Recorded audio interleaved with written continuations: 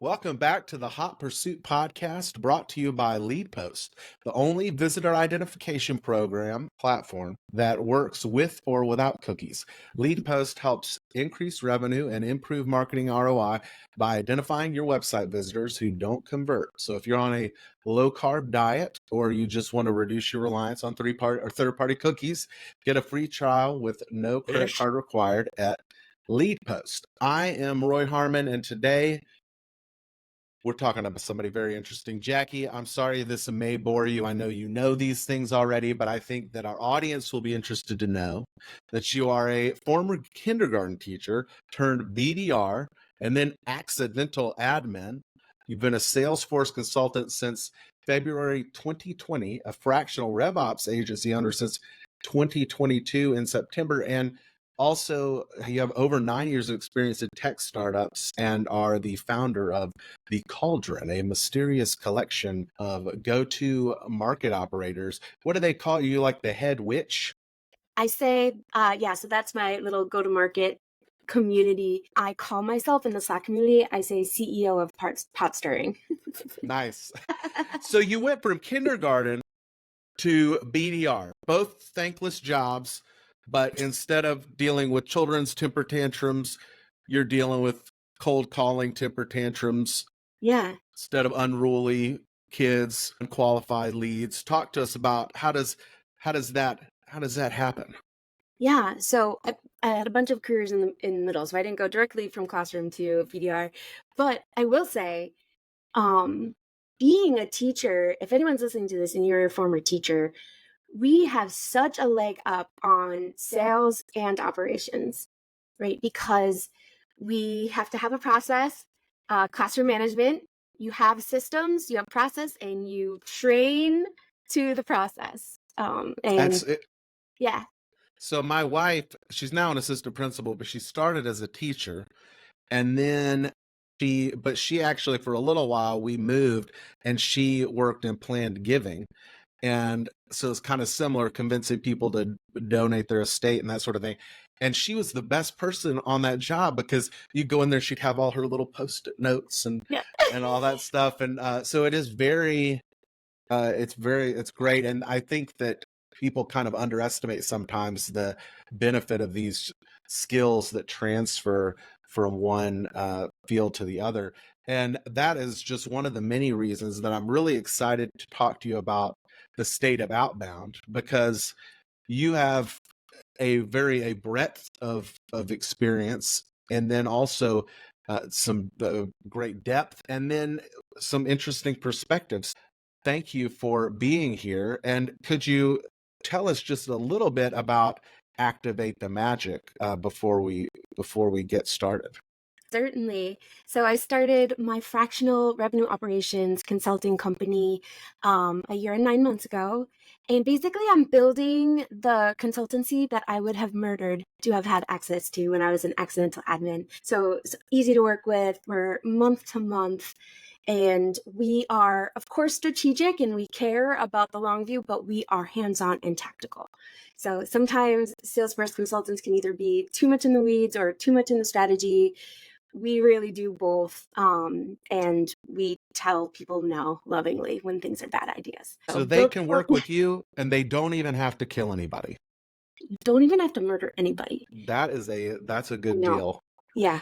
Well, so tell us, what are some of the biggest hurdles that you're seeing in Outbound today? Because I know things are always changing, and maybe this is just my imagination, but it seems like things are changing a lot right now.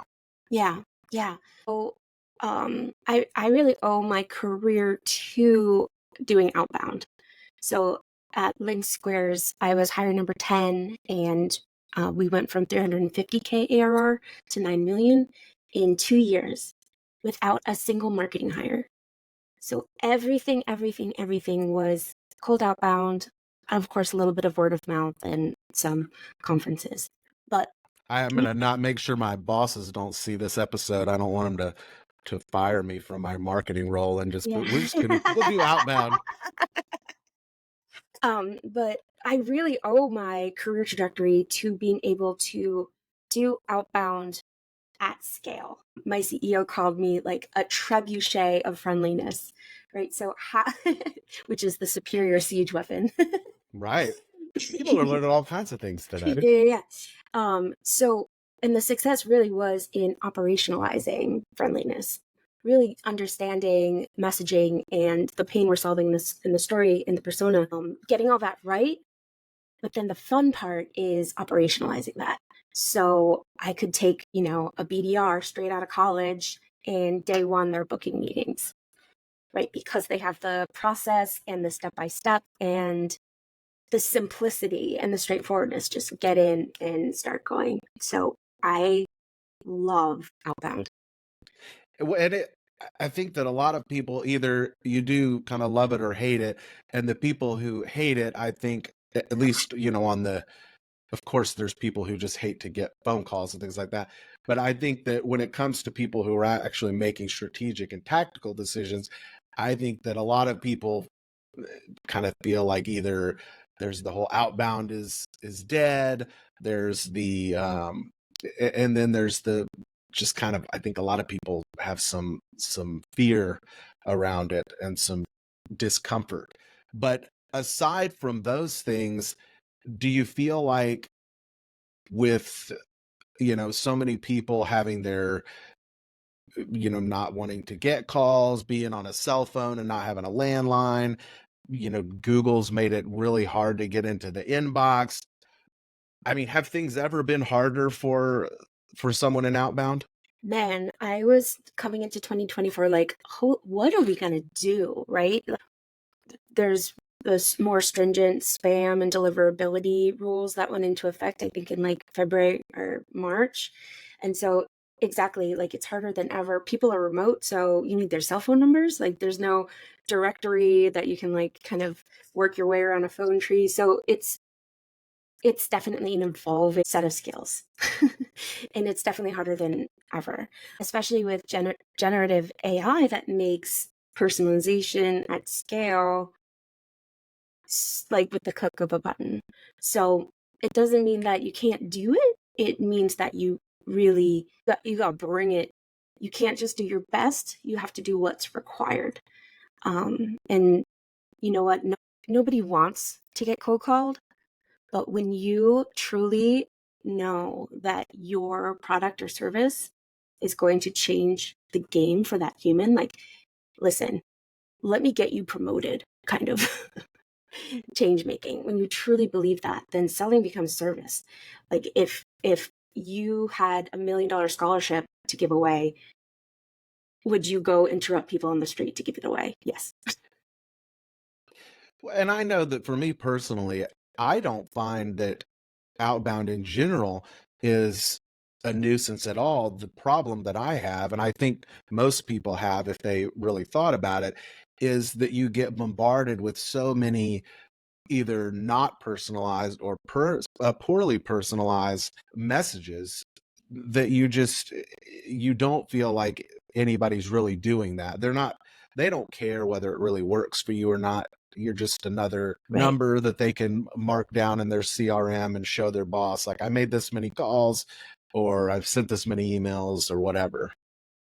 Oh, and listen, in 2018, just adding more did work to a certain extent, right? Like the law of diminishing returns wasn't too big, but exactly like we've, especially for people who are in this world, like it's different if you're outbounding to an industry that has not been digitally kind of transformed, like maybe construction or dentist office or something like that. But those of us who are in this world, we can sniff out Gen AI for personalization like a mile away. And if anything, it's like nauseating, right? Oh So yeah. so the question that I wake up excited to find out every day is, how do I leverage what's out there to smartly and delightfully operationalize outbound? So talk to us about that. How do you do that? Yeah. So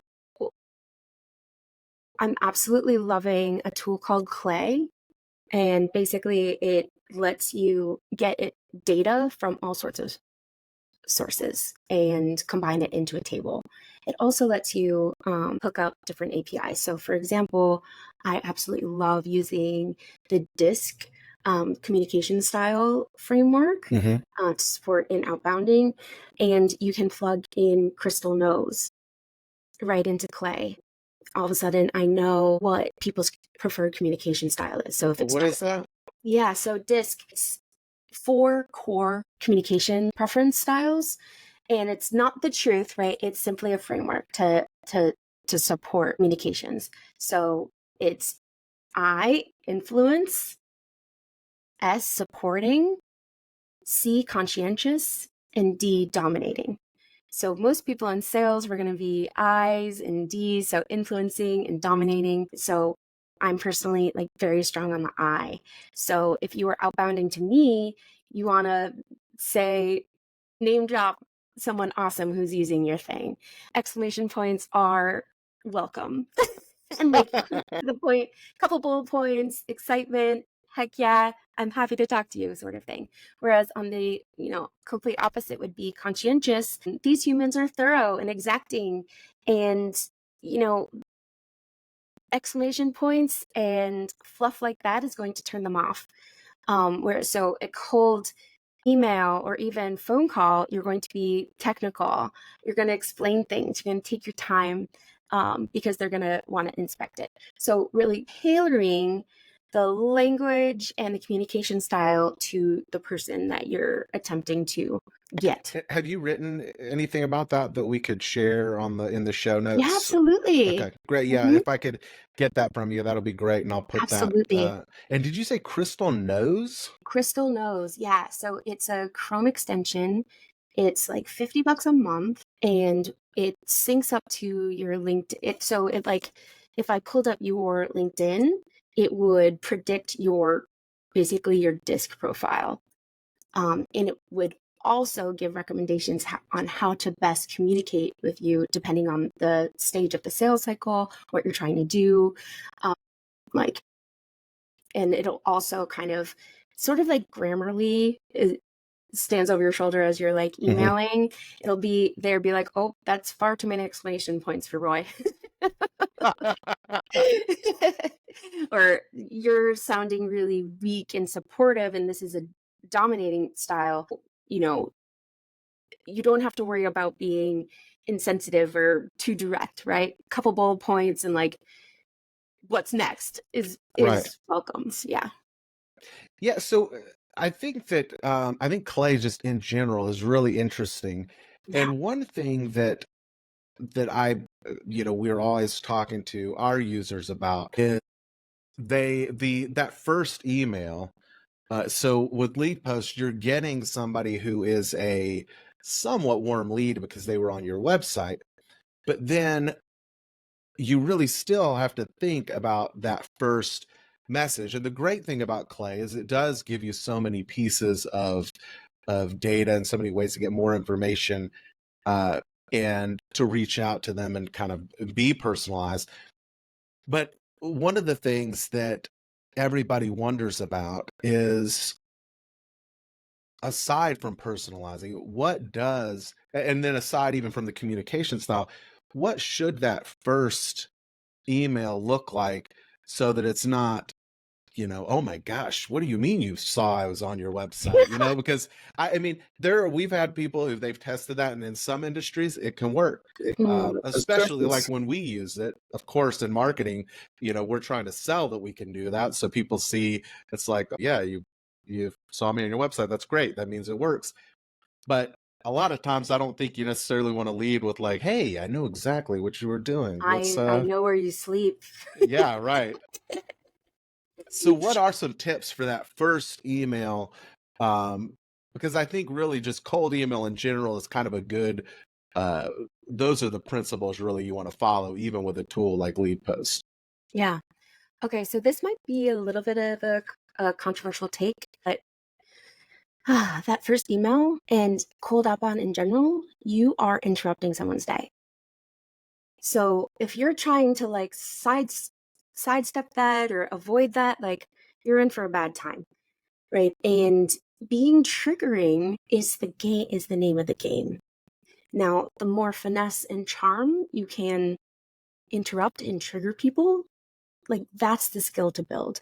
And we like things that we're good at, and we don't like things we're bad at, but it's a skill, and you can learn it, right? And you want to, if it is a dominating style and someone who's like in tech and they full well know that they're being aggregated and de-anonymized and back and forth and all the way around, you can, straightforward, like, hey, you clicked on this at like ab in the dark, you need XYZ. This is how this is going to change your life. Boom. Right? So whatever feelings or interruption, the task is to make your message interesting and compelling enough that it's like it almost converts that offensiveness into curiosity. Okay, so that's very interesting. Can you let's kind of go with that.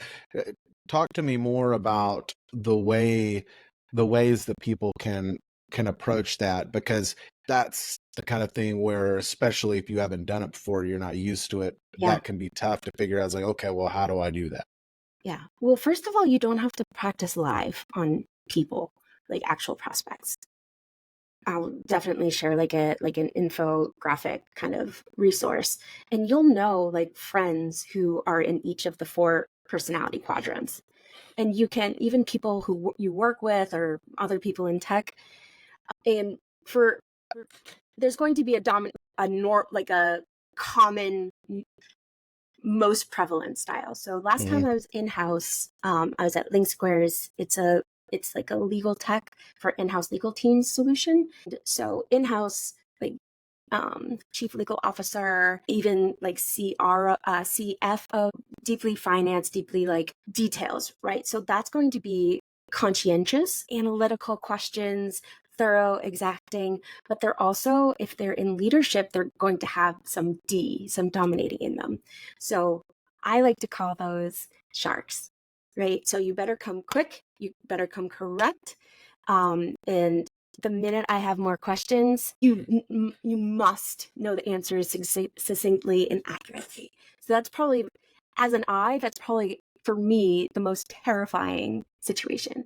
I pictured them like great white sharks, and my tactic of cold calling or cold emailing was to punch them in the face. Like, I am here, I'm aggressively in your face, interrupting you, and I'm going to ask a technical question, like something about, and sometimes even the question you ask can prove that you know it, that you're worth talking to, that you're worth their attention. So I would ask something like,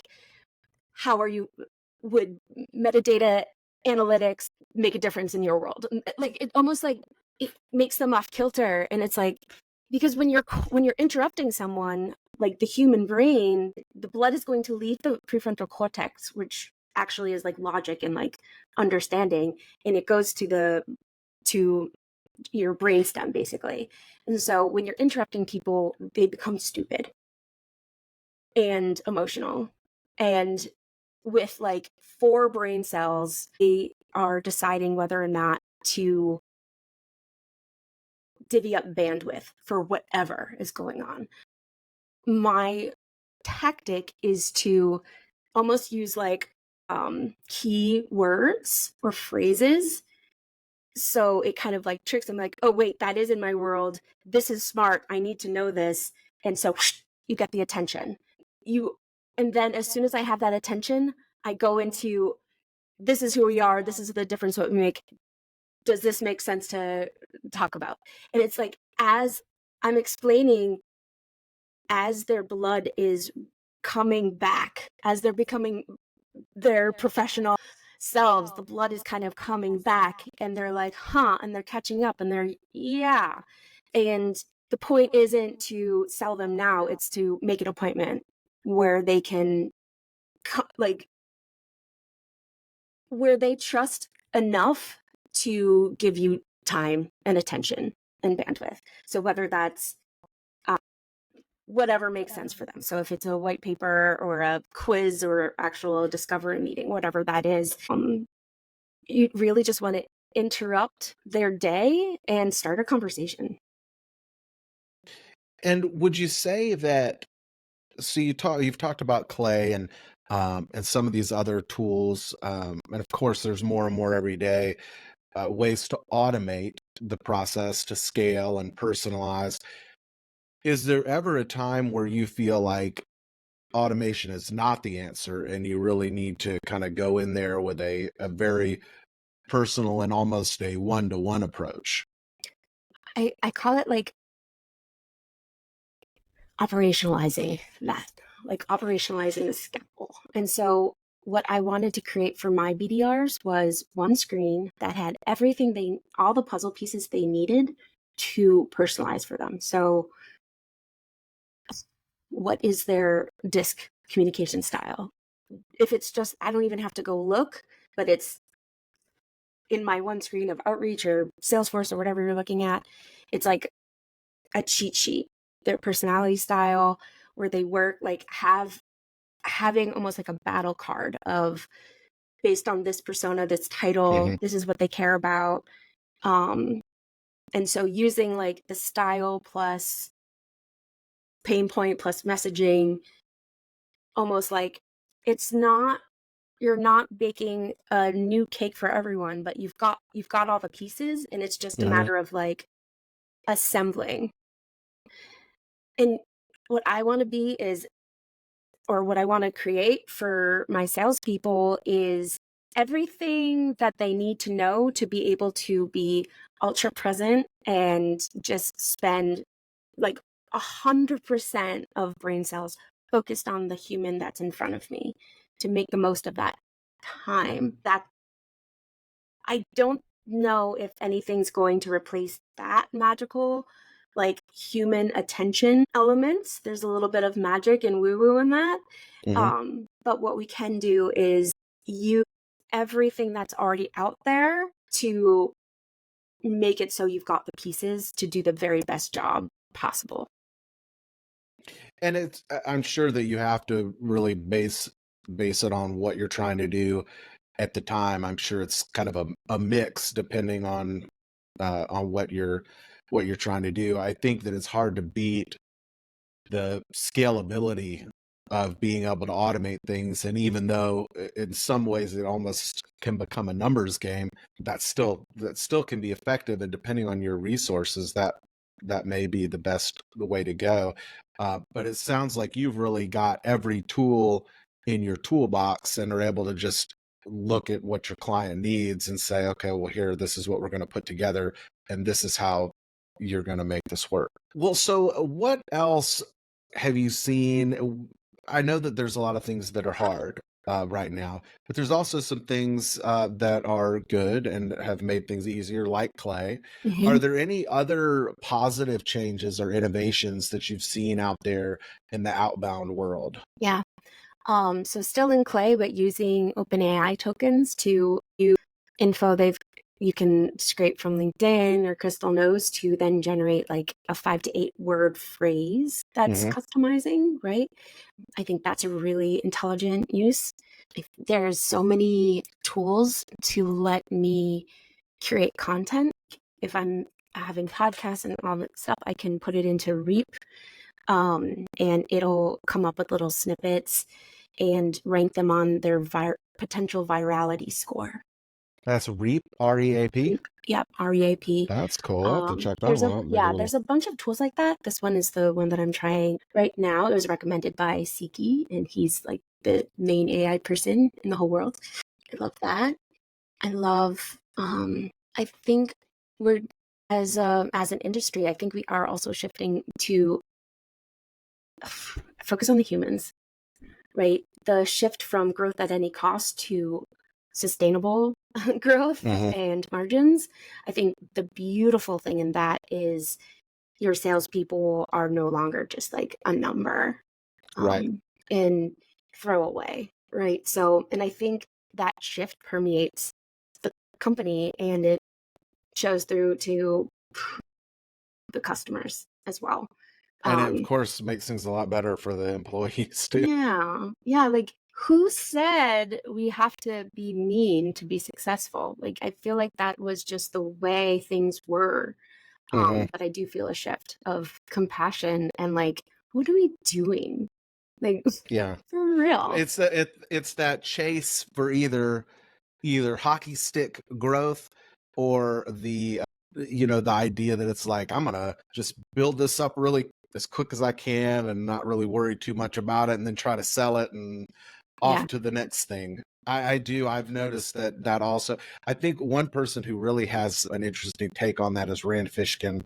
He talks about the instead of the unicorns, I think he calls it a zebra. And it's much more about, just creating a business that provides value to people and good jobs to people. And that's nice. And there's a lot of value in that. It maybe doesn't make for as good of a hustle kind of type post on LinkedIn, Woke up Yeah. at woke up at 4 a.m. and went to bed at 4 a.m.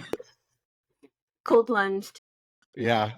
To to cold plunge, then a hot then a plunge, hot plunge, then a cold plunge again, then I and ran a then it just marathon. worked. Right. Yeah.